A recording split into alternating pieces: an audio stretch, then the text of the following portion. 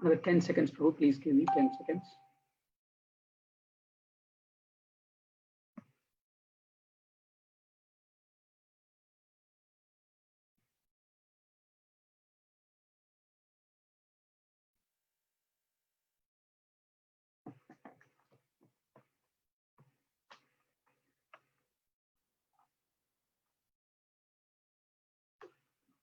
Hare Krishna.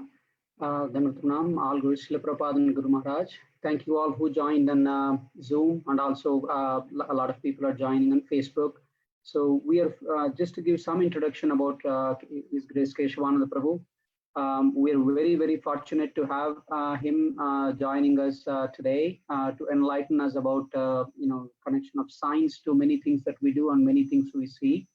Keshavananda Prabhu is a doctor by profession. If I remember correctly, he did his doctor degree in Manipal Institute, if I'm not wrong. And he is a disciple of His Holiness Bhaktivedanta Swami Maharaj. And he has done many studies of connection of science to many things that we see, even Bhakti. The cosmos, you name it, he has done studies and given many lectures. One of the statement I saw on Prabhu's website, science of many interesting things and many interesting things of science. It's very catchy, but I'm sure Prabhu is going to enlighten us today with many of the topics. And just to list some of the articles that Prabhu has written is about stress management, good education system, man versus machine, mystery of life, chemical formula of love, so many more. And there are many videos also that we all can really get knowledge from the work that Prabhu has done to enlighten every one of us. He travels around the world, engaging every person that he meets in the process of bhakti, and also connecting them with the science. So, without further ado, Prabhu, I would request you to take this call from here. Thank you so much. Hare Krishna, Srila Prabhupada ki jai. Okay, so let's put this. Okay, so I think my voice is clear. Clear enough? Yes, Prabhu.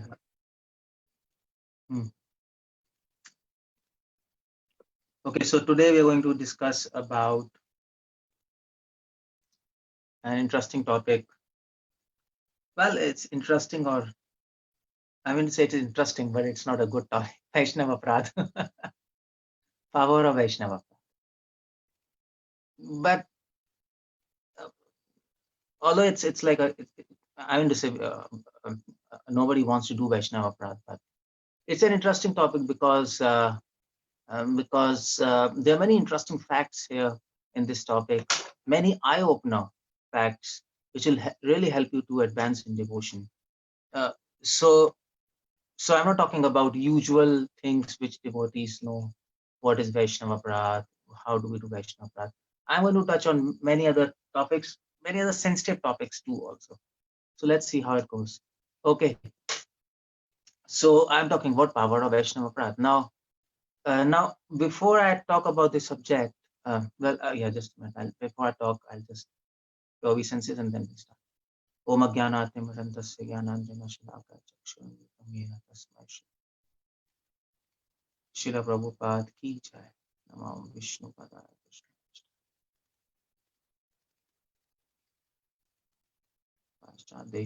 Srila Prabhupada ki jai. Okay.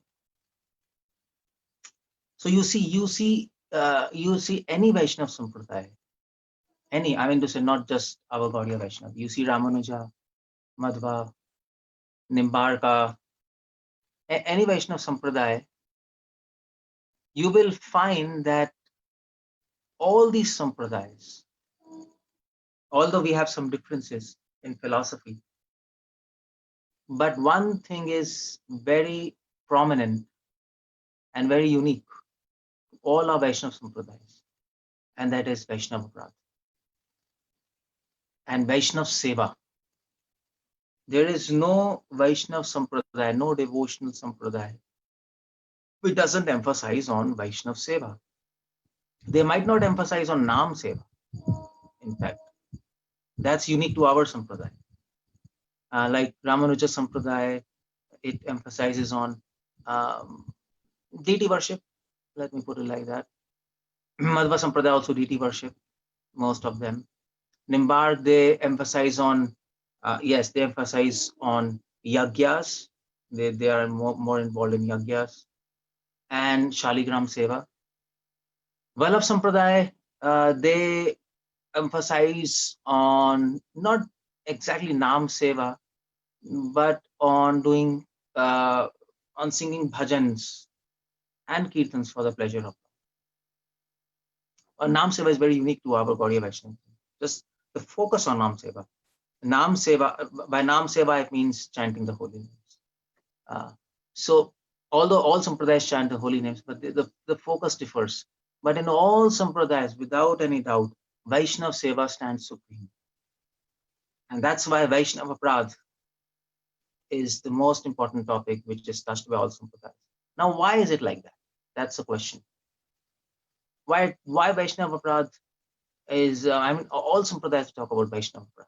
And to counteract Vaishnava Aparadha, one of the prominent solution is Vaishnava Seva. Now, why it's like that? Why they're talking about Vaishnava Aparadha? You see, Srimad Bhagavatam, if you read, which is of course we focus on Srimad Bhagavatam more, but all sampradayas they talk from Srimad Bhagavatam. Oh, actually, so can you just wait for a moment? Electricity is on. Just a moment. वो मेरे page पे करो. Yeah, and open that. Put it there.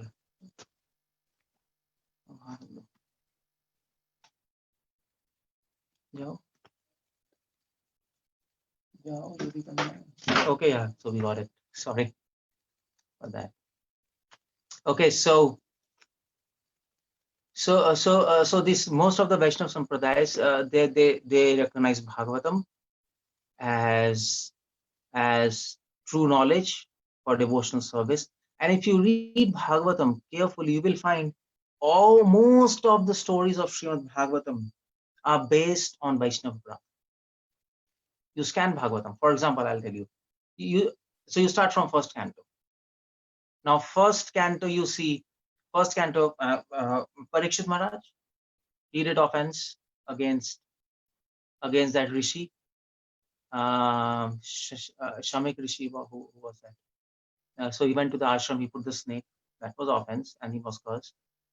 If you read third canto, Hiranyaksh, Jai Vijay, they did offense against Kumaras, and also they also did offense against Lakshmi before them. And then you come to fourth canto, Daksh Prajapati, he did offense against Vaishnava Aparadha, against Shiva. When he was doing Vaishnava Aparadha against so many sadhus and Vaishnavas. Fifth canto, Rahugan Maharaj, he did offense against Jad Bharat. Sixth canto, Chitraketu, he did offense against Parvati.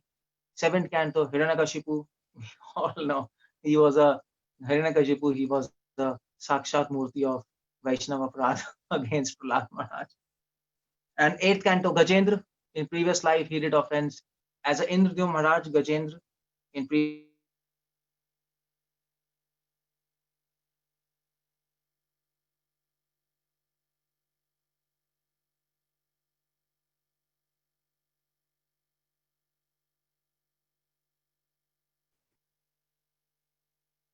Hare Krishna Prabhu, I think we lost your connection.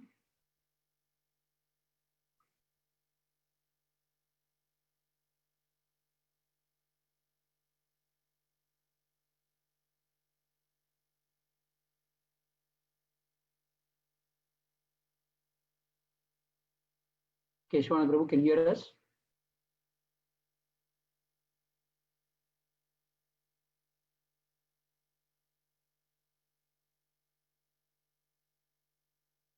Okay, I think we lost him. Let's wait. He may join back.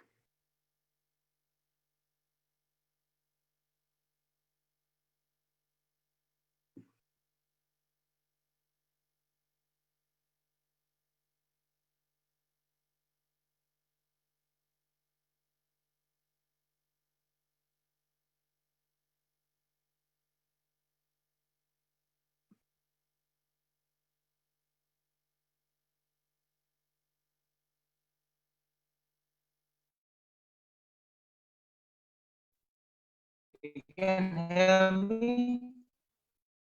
Prabhu, we can hear you, but voice is very Hare mellow. Krishna. Hare Krishna, Prabhu. Hare Krishna. Yeah, we can hear you now, Prabhu.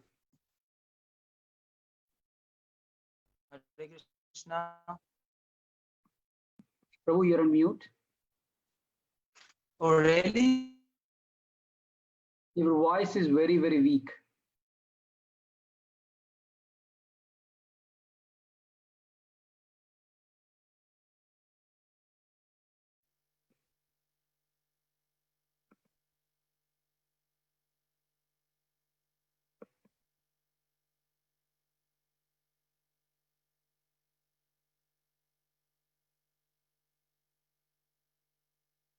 Prabhu, Hare Krishna, can you hear us?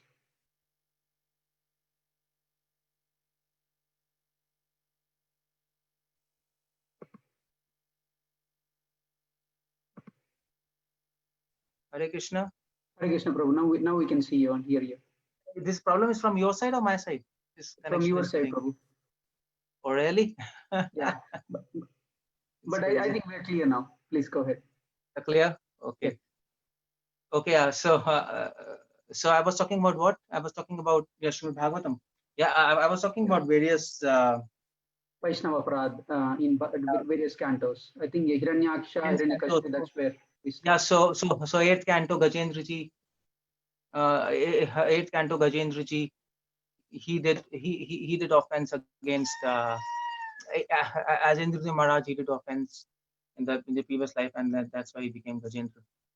So, and 9th canto Durvasa Rishi, he did offense, Ambarish Maharaj.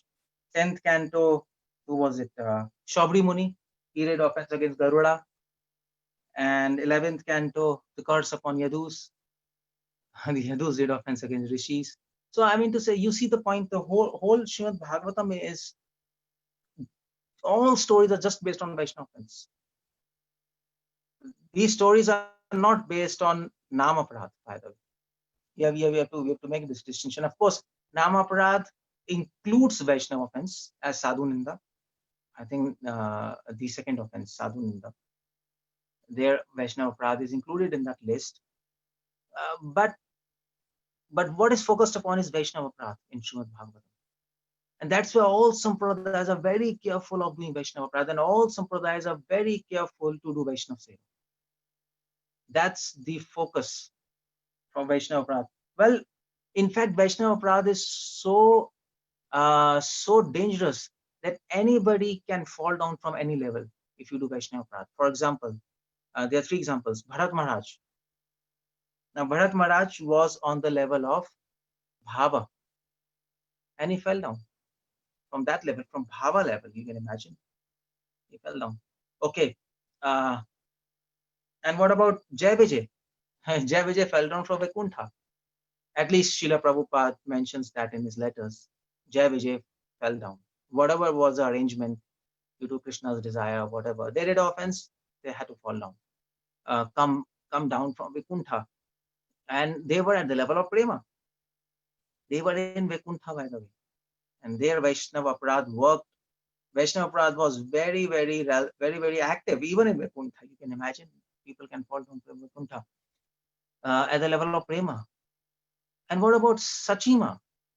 Sachima did Vaishnava offense against Advaitacharya. Srimad Chaitanya Bhagavat says, and Mahaprabhu said, I'll not give Prema to Sachima because she had done an offense.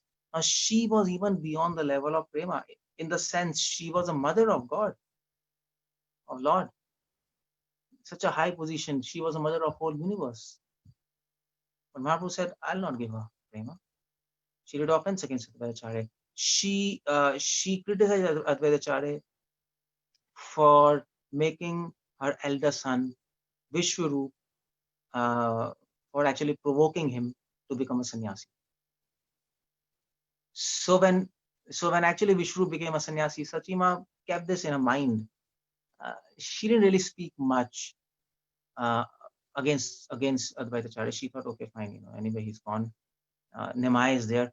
But when Nimai started doing kirtans after coming back from Gaya, Then Sachima was very apprehensive, and she openly started criticizing Advaitacharya. Whoever used to come to her house, she used to say, well, this Advait, he is Dvaita.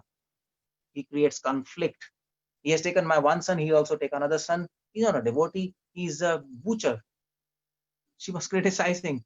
And in that sense, she did Vaishnava offense. And Mahaprabhu said, I'm not happy with her. You can imagine. So the whole point is people, uh, you can be at any level of devotion. Even in spiritual words, still you can fall down if you do Vaishnava offense. That's the seriousness of Vaishnava offense. Nowhere in the scriptures it is said if you do Nam Aparadh, even in Vaikuntha you'll fall down. It doesn't, I mean to say, no scriptures put it like that. Scriptures always talk about Vaishnava offense. Of course, Vaishnava offense is also included in Nam Aparadh. That's one thing. But because here I'm just focusing on power of Vaishnava Aparadh, that's why I'm talking about Vaishnava offense. In fact, Vaishnava Aparadh is even greater than Nam Aparadh. Now, well, you might say, how is this? This is a very important point we have to understand. Vaishnava Aparadh is even greater than Nam Aparadh. Why? Because first thing is, Nam Aparadh can be removed by God. If you do Nam Aparadh, you keep on chanting, it will get, I mean to say, you'll be able to overcome it. And that's what, if you see the list of offenses against Nam, before the offenses begin, this list is given in Padma Puran.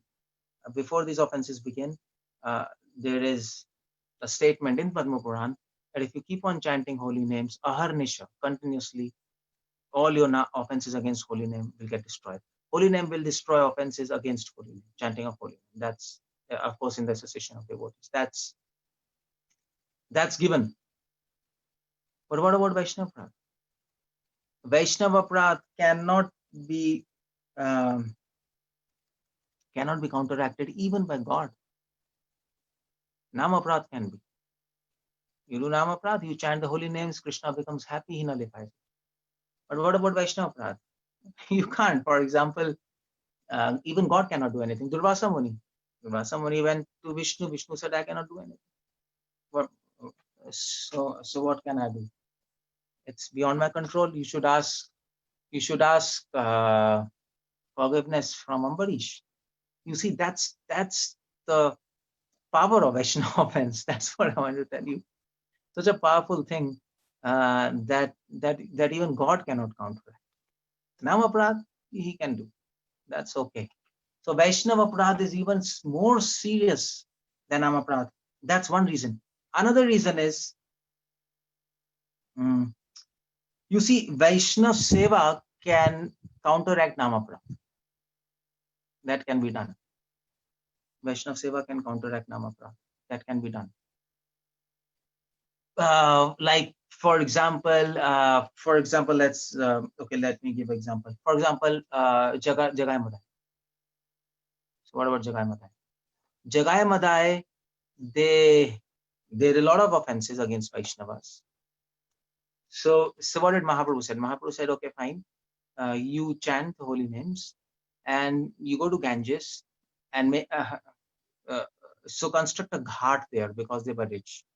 When you construct a ghat, the devotees will be very happy to take bath and they will bless you and they will have good wishes for you and all your offenses will be liquefied, and that's how you'll be able to chant nicely. You see, so by Vaishnav Seva, Nam Aparadh can be counteracted. But by Nam Seva, Vaishnava Aparadh cannot be counteracted. If you keep on chanting, but if you have done Vaishnava Aparadh, you're blocked. You're blocked. Like, for example, in Mahaprabhu's Leela, this person, Devanand Pandit, he was there. Devanand Pandit, he did a Vaishnava Aparadh against Srivas Thakur. Devanand Pandit was a very scholarly Bhagavatam reciter. I mean, he had such a knowledge that he could speak on one verse of Bhagavatam for 3 months. That kind of person he was. So Srivas Thakur, he came to his class, and Devanand Pandit didn't give any attention to him. And in fact, he asked his disciples to throw him outside the class because he was weeping. he could even understand. He's in ecstatical state, although he was reading Bhagavatam. So he did offense. But after that, what happened? He was chanting names, he was reading Bhagavatam, but Mahaprabhu said, I'll not give him even a trace of mercy. And so by Nam Seva and by Bhagavat Seva, Vaishnava Aparadh was not liquefied. It was not dissolved. Afterwards, he served Vakreshwar Pandit. So when Vakreshwar Pandit, one of the associate of Mahaprabhu, was a great dancer, when he used to dance 72 hours continuously. So when he used to dance, Devanand Pandit, he used to protect him from falling down and protect from the crowd. So he did Vaishnav Seva, and Mahaprabhu was very happy, and he liquefied all his offenses. You see, that's very important thing. Vaishnava Aparadh is more powerful than Nama Aparadh. You have to understand that, because of two reasons.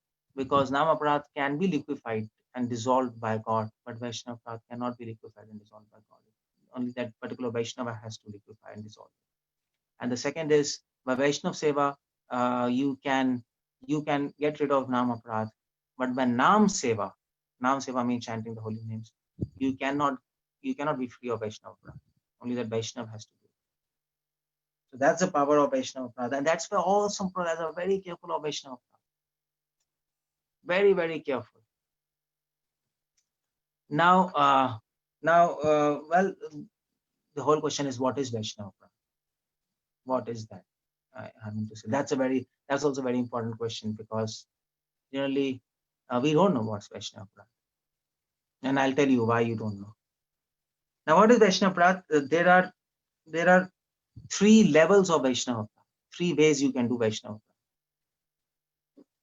Now, the first way you can do Vaishnava Aparadh is, that's very simple. That verse is a Hanti Nindanti Dvaishtiva.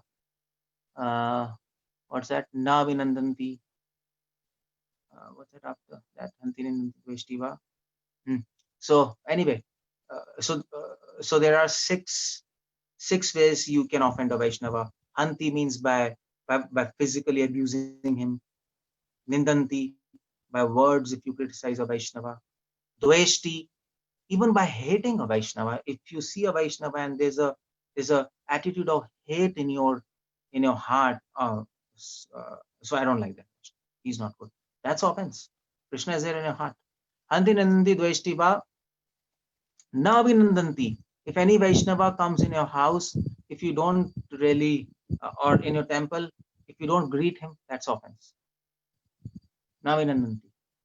And then fifth is krudhyati. Krudhyati means to be angry towards a Vaishnava. And the last is na hrishyati, not to become happy by seeing a Vaishnava. That's a critical thing, isn't it? We meet many devotees in the temple and we don't like them. We don't really become happy by seeing every devotee. And that's where we are in Vaishnava offense. In fact, scripture says, as soon as you see a person with a mark of tilak on his forehead, you should dance with joy. Here I've seen a Vaishnava. Even though if he is your enemy, doesn't matter. At least he's Vaishnava. He has surrendered to God.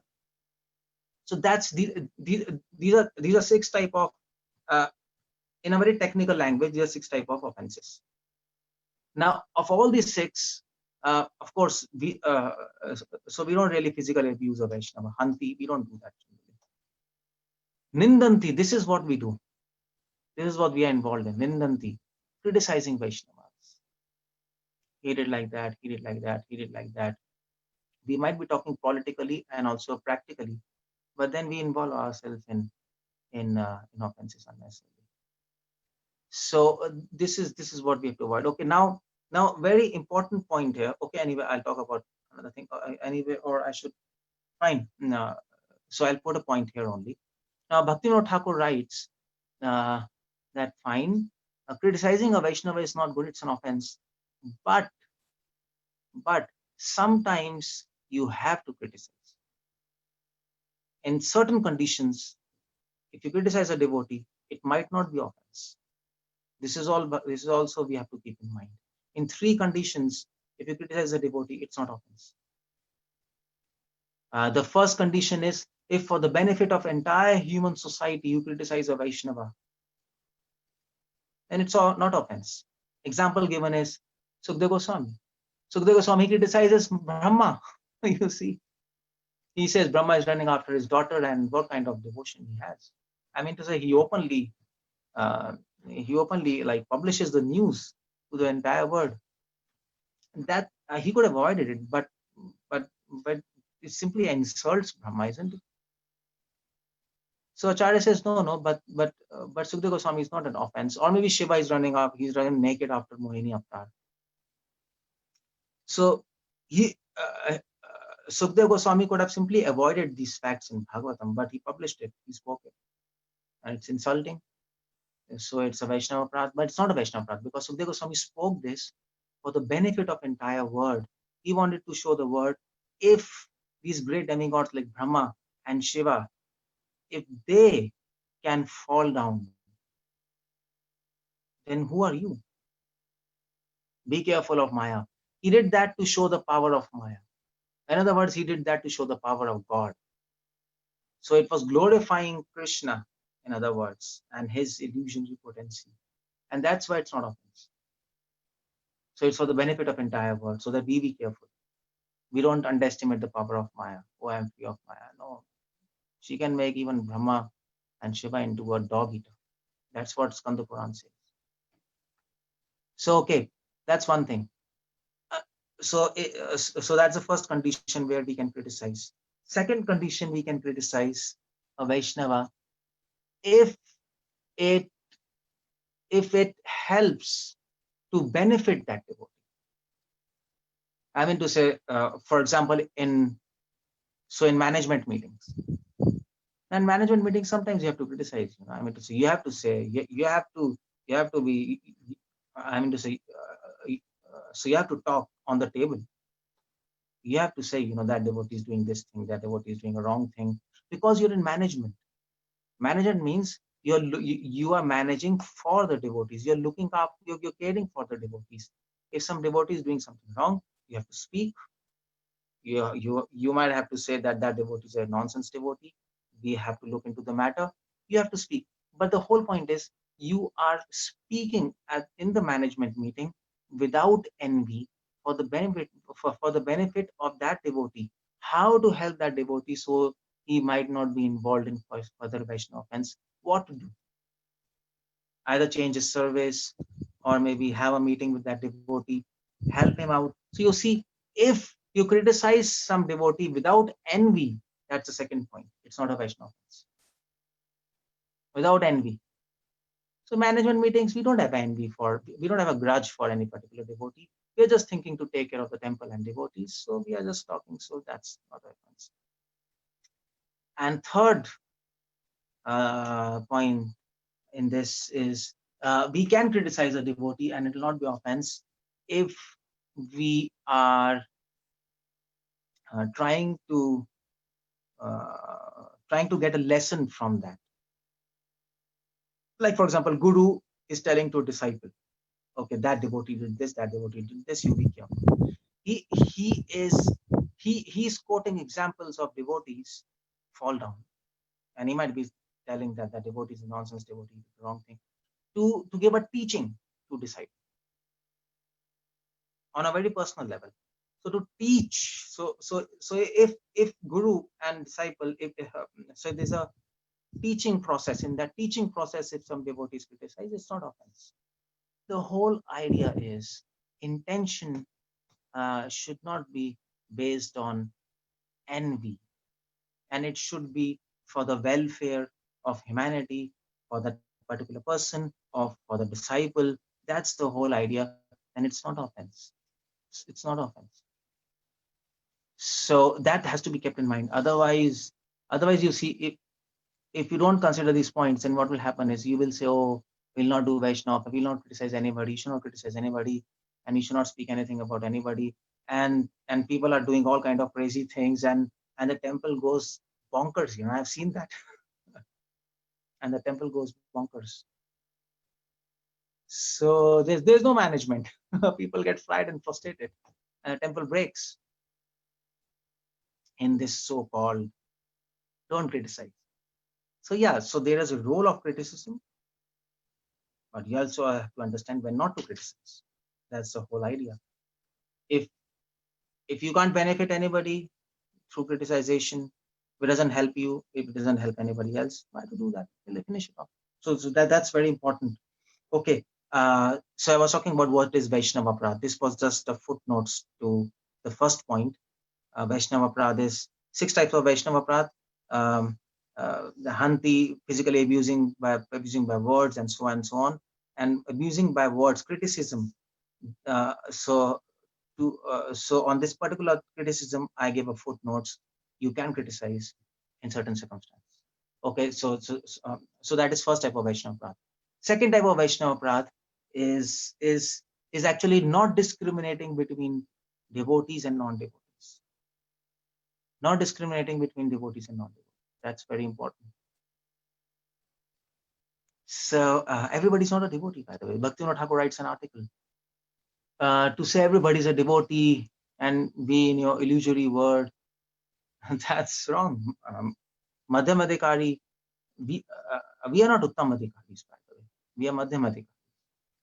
Madhyam Adhikaris must discriminate. If you don't discriminate, then by the way, it's a Vaishnava offense. Because why it's a Vaishnava offense? Because you give the same respect. I mean, to say everybody's a devotee. To non-devotee also you give the same respect. To devotee also you give the same respect. Then you bring all of them on same platform. And it's offense against Vaishnava. Just like if you equate Shiva and Brahma equal to Krishna, it's offense against Krishna. So they have different levels and you have to treat them accordingly. So that's the whole point. We must have distinction. Some people are devotees, some people are non-devotees, some people are non-devotees in the garb of devotees. That's also possible. So some people are devotees as non-devotees. No, that's not possible. Only sentimental people say like that. Oh, he's a non-devotee, but from inside he's a devotee. Come on, what is this? This is nonsense. This is called sentimentalism. So we have to keep this in mind. Discrimination. We are discriminating between devotee and non-devotee so that we can take good association and avoid bad association. Very important, even within the community of devotees. And the third point, Vaishnava Aparadh, is going beyond your adhikar. That's also Vaishnava. Trying to go beyond your adhikar. For example, you start reading very intimate books like Govind Lilamrit, Krishna Karnamrit. We are not eligible for that, but we start reading those books. So we are doing Vaishnava Aparadh. Against whom? Against Prabhupada and our Parampara, because Bhaktisiddhanta Bhaktivinoda Thakur Prabhupada, they're very strict. Unless you're not liberated, almost liberated, you should not read such kind of books. But if we start reading these books, giving citations from Rupa Goswami books and acharyas, and we don't consider our present acharyas, that's the whole point. We actually step over our present acharyas, go to previous acharyas, then we do offense. This is called going beyond your adhikar. You're beyond your eligibility. The whole idea is, if there is a conflict between ideas of our previous acharyas like Rupa, Jiva, Baldev, Vishwanath, and the present acharyas like Bhaktisiddhanta Bhaktivinoda and Prabhupada, there's a conflict between ideas. We have to go according to the present acharyas. Why? Because ultimately there is no conflict. We are not able to understand previous acharyas as what present acharyas understood. They have understood the spirit of the teaching of previous acharyas and they have presented. It might seem very contradictory or opposite to previous acharyas, but we must accept present acharyas' teachings because they can harmonize what they are saying and what previous acharyas are saying, but we cannot. So fine. And what present acharya says, it is benefit for us. So that is going beyond your adhikar. This also creates Vaishnava Aparadh. You see many devotees nowadays are saying you should read acharya's books. That's not bad. You can read acharya's books, and we should. They have written books. But the whole idea is, if you read acharya's books without understanding Prabhupada books, and without not just understanding, but without imbibing the mood of Srila Prabhupada, without imbibing the mood of Bhakti Siddhanta and Bhakti Vinod, then there is a whole problem there. then you go beyond your adhikar and you start doing offenses. Then we'll start misinterpreting previous acharyas. And it's going on, by the way, and it happens. So that's the whole point. These are 3 types of Vaishnava Aparadha, and we have to be careful about that. Okay. Now, the question is, why do we do Vaishnava Aparadha? That's a big question. Why are we doing all these Vaishnava Aparadha? Are we like crazy, foolish, mad people or what? What's happening with us? Why can't we simply chant and be happy? Prabhupada said. But it doesn't happen like that. We do Vaishnava Aparadha because of 4 reasons. We enroll in Vaishnava Aparadha because of 4 reasons. The first is envy, first and foremost. We envious, simply, that's all. You might not feel like that, but when senior devotees will tell you, then you will know you're envious. And that's what happens. And because of that, we simply keep on doing Vaishnava Aparadha. Okay, so enviousness, anyway, you can't really sort it out easily because they're from previous lives, you can't help it out. But another point which you can handle is lack of maturity.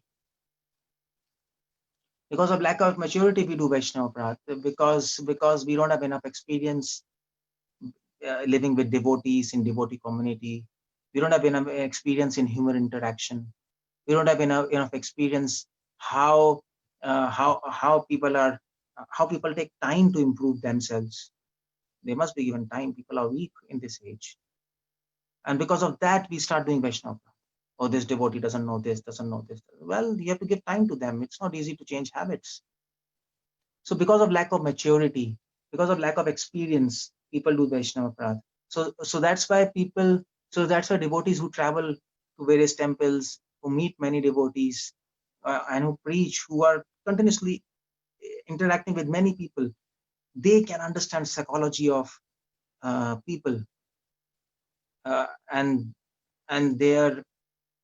their obstacles in life, their weakness of heart, and they can understand. Well, that's okay. This is normal. If people are behaving erratically, this is normal. This is material world. This is expected from them. What do you expect from anybody living in material world? Do you expect them to be fully sane people and perfectly in love with God? Come on, that's why we are in material world. We are mad people. That's why we are sent here. Well, so what do you expect from mad people? Good behavior? Come on. You expect from mad people, you expect mad behavior. So somebody is acting madly, okay, no problem. Give him time. Let Krishna bless him. But if you're not mature, if you don't understand this, then you will say, oh, this devotee is like this, he's behaving like this, is nonsense, and this, come on. That's the whole problem there, lack of maturity. We don't know what's the bigger picture, this material world, this power of illusion, and this age where people are very weak and very disturbed in mind. We are also like that. I'm not talking about others. We are like that. Complete nonsense people. So that's lack of maturity. And anyway, I'll talk about this. And the third reason for Vaishnava Aparadha is foolishness. Simply being foolish will be involved in Vaishnava Aparadha. That means if you don't have philosophical understanding, you will be involved in Vaishnava Aparadha. How? Unknowingly. Enviousness and lack of maturity will involve you in Vaishnava Aparadha knowingly. You will know I have done something wrong. I am doing. Foolishness will involve you in Vaishnava Aparadha unknowingly. You will not even know what you're doing. You will think you are nice devotee, you're simple devotee. I'm simple devotee. I don't know philosophy. I simply chant and be happy. But your behavior will then start creating problem for others. And but unknowingly you will be involved in Vaishnava. That's why Mahaprabhu Bhaktivinoda Thakur, both of them stressed the point: understand philosophy properly. Otherwise, you must be involved in Vaishnava. That's what Bhaktivinoda Thakur says. You can't avoid it. And the fourth reason why we do Vaishnava Aparadha is false ego, of course. False ego, it's almost same like enviousness. There's a little difference. False ego means I am a great devotee. These are junior devotees. And then we start condemning or condescending them putting them down and putting yourself up. That's a very subtle Vaishnava path, but it happens. I am senior, they are junior. This mentality is a Vaishnava path. Practically, we might be senior, but inside the heart, we have to think we are juniors. We are what? We are not. We are zero. This person whom I'm talking, although he might be junior, but he's senior to me. Why? Because he's doing the best in his position, but I'm not doing the best in my position. So who is low? I'm low. You see the point? That's the whole point. So that's why we do Vaishnava Prad. Now the last point is how to remove Vaishnava Prad, how to counteract or how to protect ourselves from Vaishnava Prad. Now the first point is, I told Vaishnava Prad is due to lack of maturity. I was talking. So best way to get rid of Vaishnava Prad, one way is become mature. How to become mature? Preach. The more you preach, the more you will get in touch with people. The more you get in touch with people, you will understand what is a human in this age. What is a psyche? How is their heart? How people behave? How much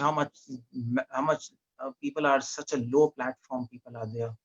So you will start becoming mature. Preaching is the only way to make yourself mature. And then the more maturity, the more you'll deal with people properly, the less Vaishnava. The more you deal with Vaishnavas properly, the less Vaishnava. So preaching, one way, very important. The second way to actually protect yourself from Vaishnava Prad is what scripture says: if somebody is offending Vaishnava, go away from them. Or if you cannot go away, then cut his tongue. That you cannot do. That nobody can do. Or maybe third is kill him. Something happened.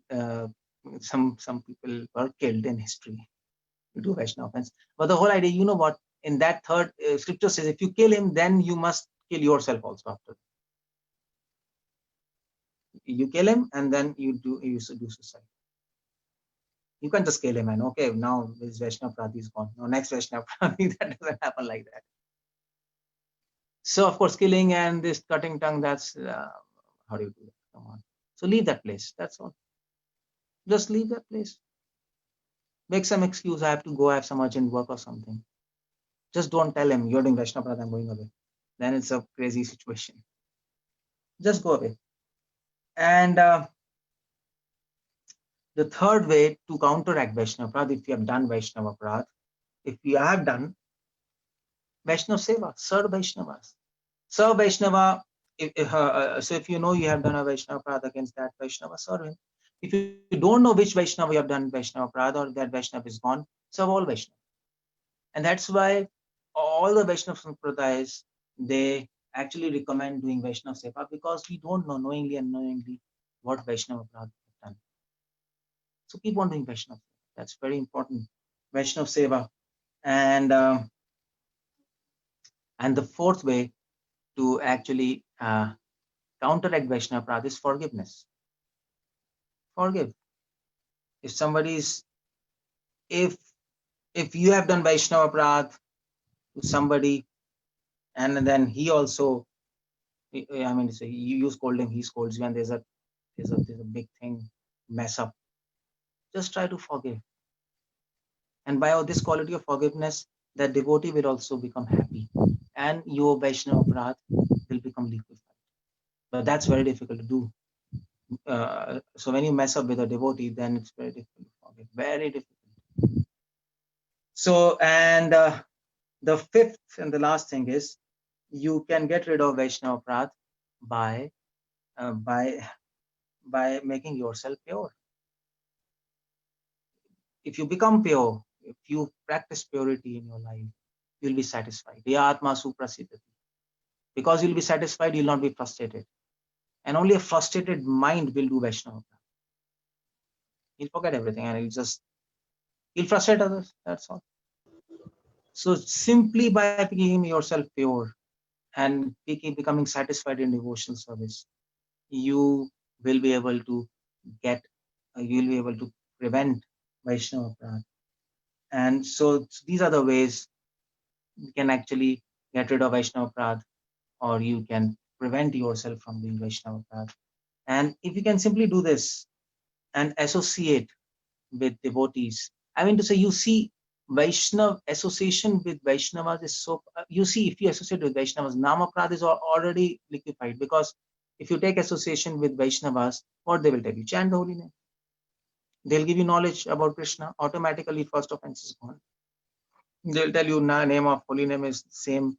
So Namaprad is automatically gone. Although in our Sampradaya, we very much focus on Namaprad, but other Sampradayas don't, because they focus on Vaishnav. Once Vaishnav is gone, automatically all Namaprad are over. For example, to maintain materialistic conception of life, even after hearing so much about subject matter. Well, if you do Vaishnav Seva, Vaishnav's association of Vaishnavas, you'll be enthused to leave sense gratification. They will inspire you. Automatically, Namaprad is gone. So that is why, if you simply avoid Vaishnav Prad, Namaprad is already gone. So other Sampradayas, they don't have a list of Namaprad.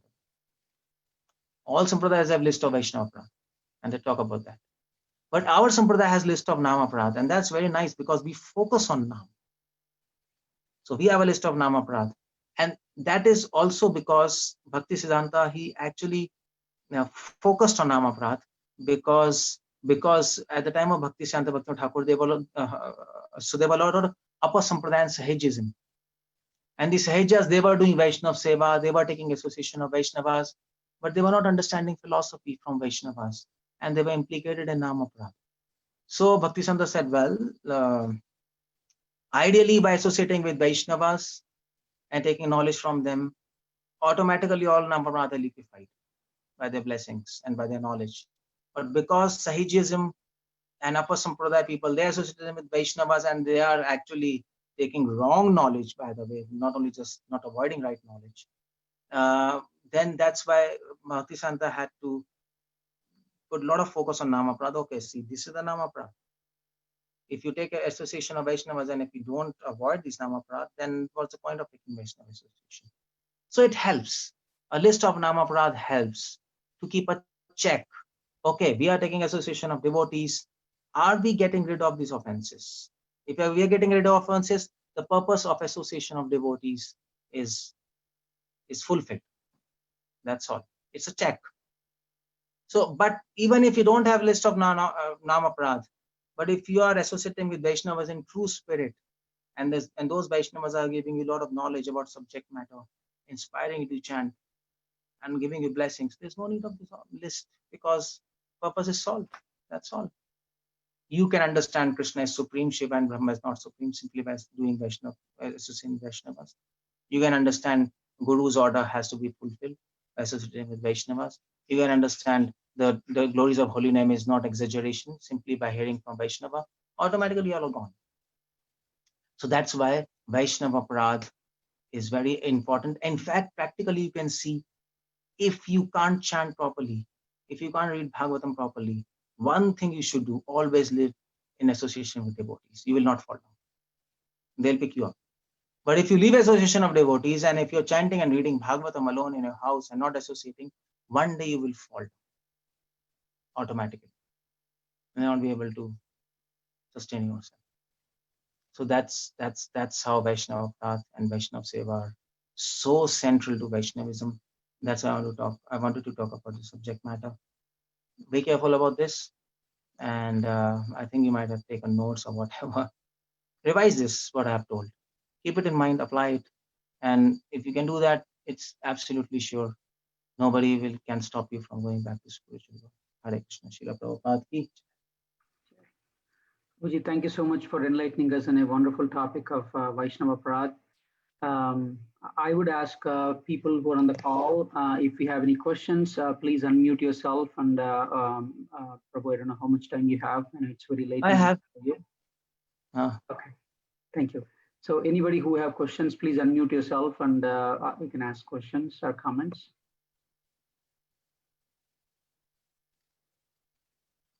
Oh.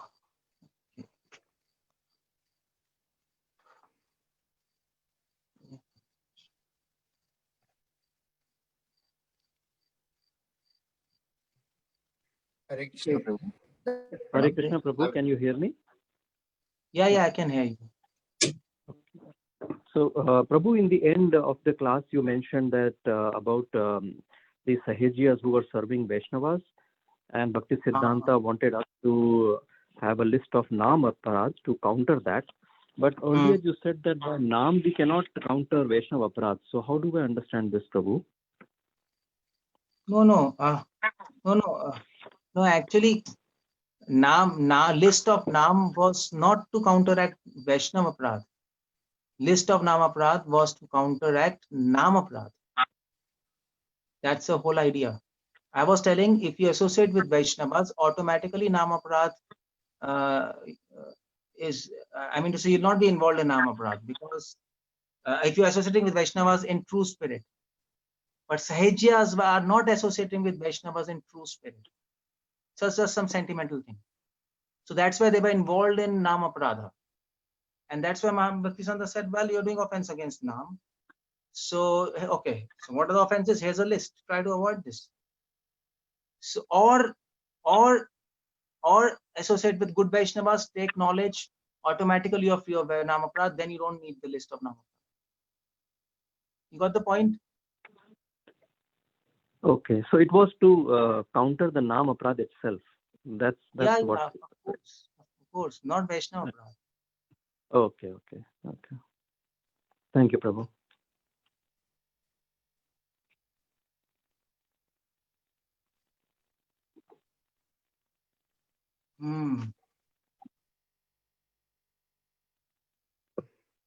Hare Krishna, Prabhu. Dandavata Pranam. One question, Prabhu. So you mentioned if we are getting offended by anyone, we should just leave from that situation, right? So how will the person who is offending will get to know that, okay, this is some kind of offense if we just leave that situation or that particular person? No, I didn't understand what you're asking. I mean to say. So you mentioned during the Aparadh, Vaishnava Aparadh, if somebody is offending the Vaishnavas, right? So you leave that place? Yeah, you said we leave that place so that we kind of get away from that situation. But whoever is offending, right, how will they be corrected? Oh, that's not our job. That's not our job. If you're in a position to correct them, if you're senior, and not just senior, if that person accepts you as senior, that's very important, and he has faith in your words, then you can correct him. Otherwise, just leave that place. Otherwise, if you try to correct that person and he doesn't have faith in your words, and neither you as a senior person, you will also end up doing Vaishnava. You will, I mean to say, you will complicate things more. Then you will say something, he'll say, who are you? And then you will speak something. So then you will be involved in another Vaishnava Aparadha. So our job is not to correct everybody and anybody. What maximum we can do is, we can leave that place and we can pray to Krishna. Krishna, please give that person good intelligence so that he will be not be implicated in Vaishnava. And then Krishna will take care of that. At least we can pray for them. We should not hate them. Oh, he's doing Vaishnava, he's Vaishnava, he's nonsense. No, he's doing Vaishnava, he's an illusion. We can be in the same position. So we can pray for them. We can pray for them. And that's all. And things can be done. Like that. Is it okay? Sure. Thank you so much.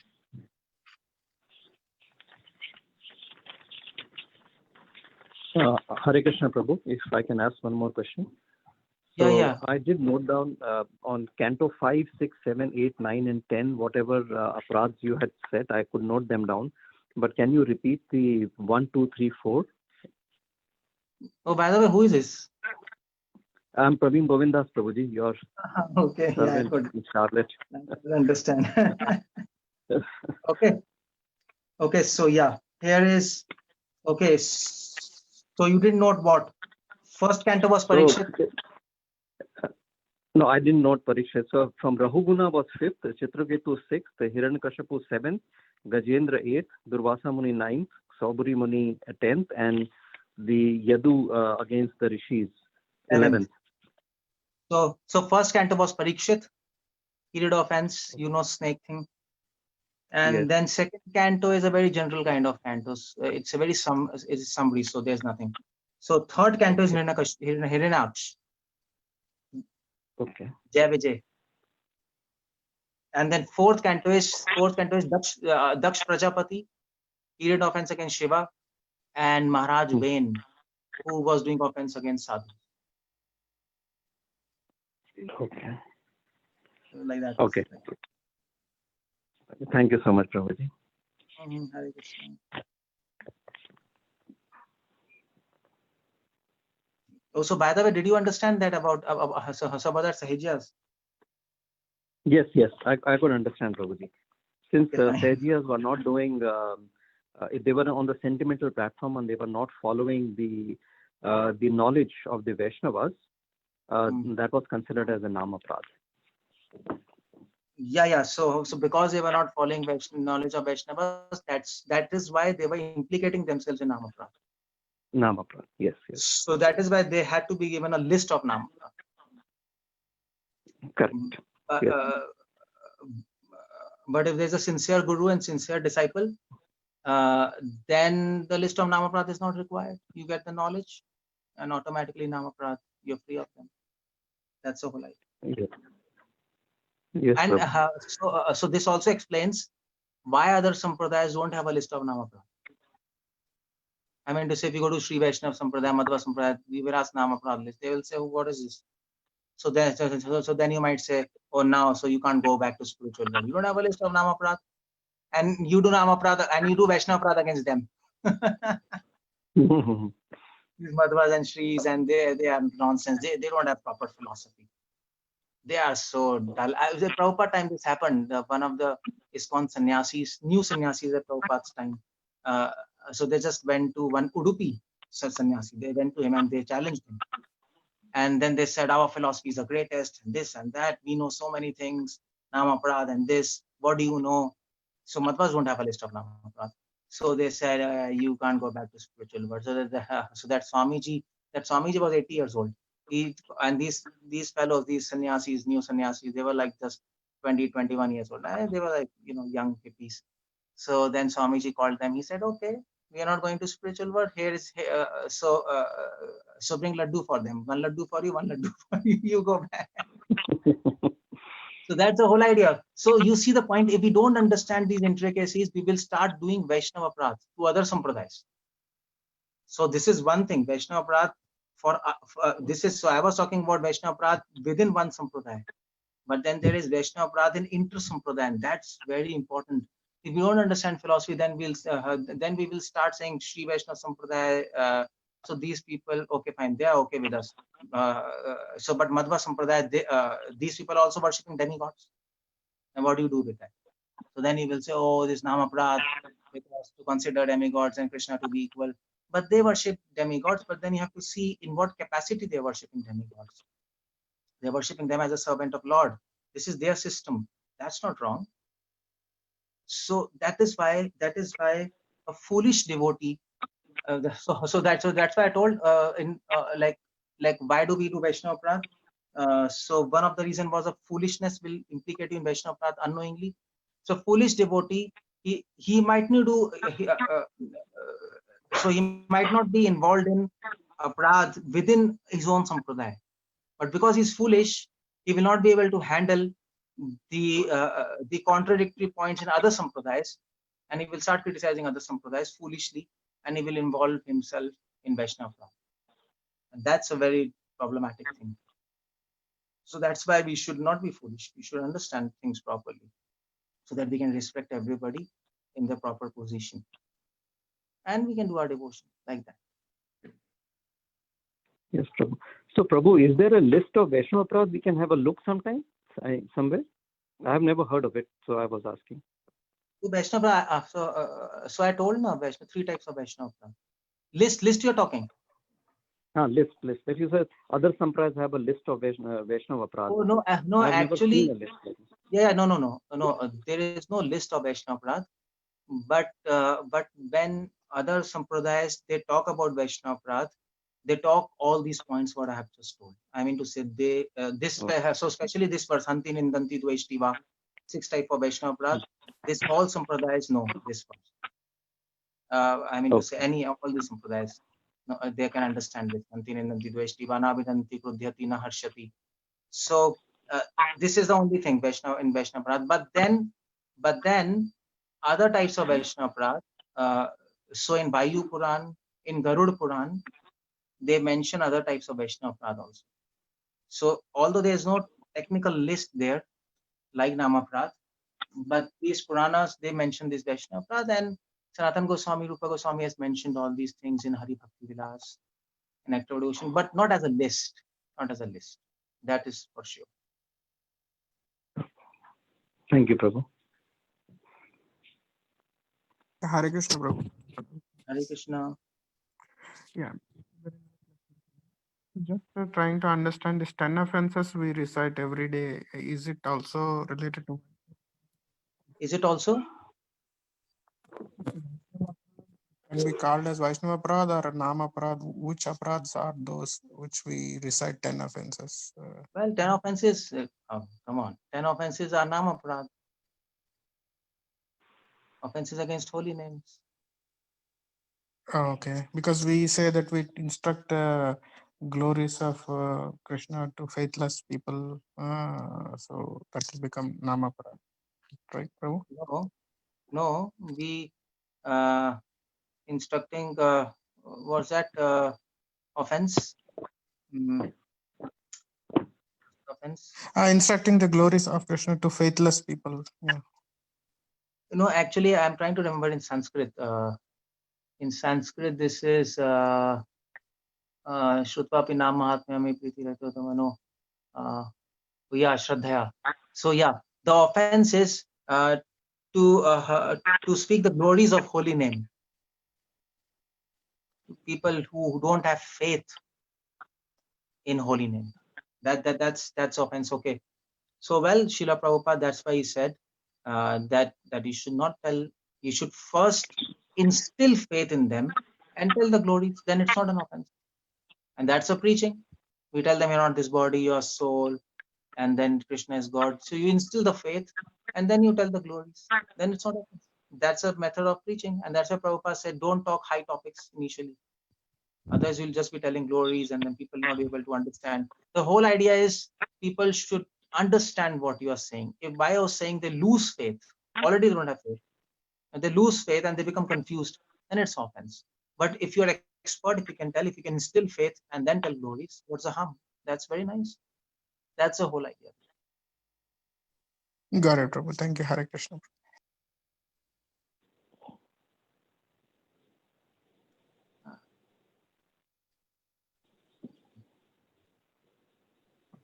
Yeah. Thank you, Prabhu.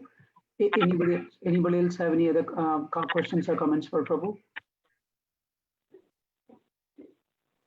One, I think somebody asked on chat something, Naveen Prabhu. I don't have this. I don't know how to look. Let me read that, Prabhu. What I have here is, could you please elaborate more on how, with our foolishness, we are doing Vaishnava Aparadha, how to counteract this? Oh, yeah. So, so I just explained in the course of my Discord. So it's done. It's done. Okay. So, I think.